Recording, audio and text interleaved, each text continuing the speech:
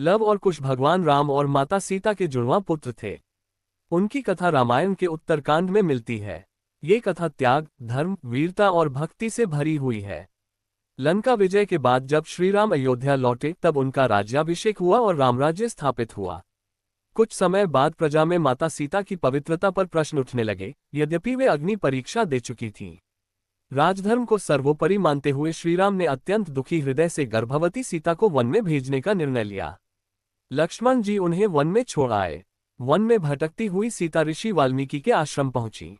महर्षि वाल्मीकि ने उन्हें आश्रय दिया।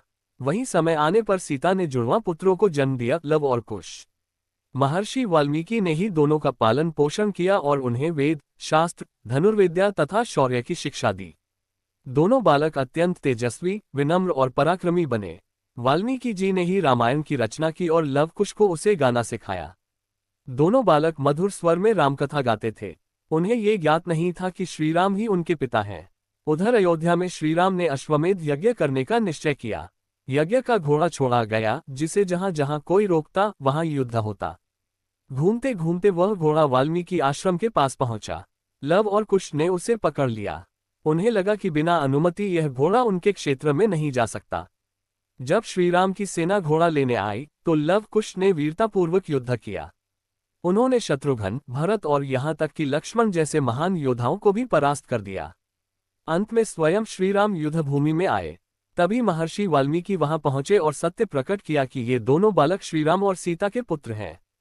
सत्य जानकर श्रीराम अत्यंत भावुक हो गए।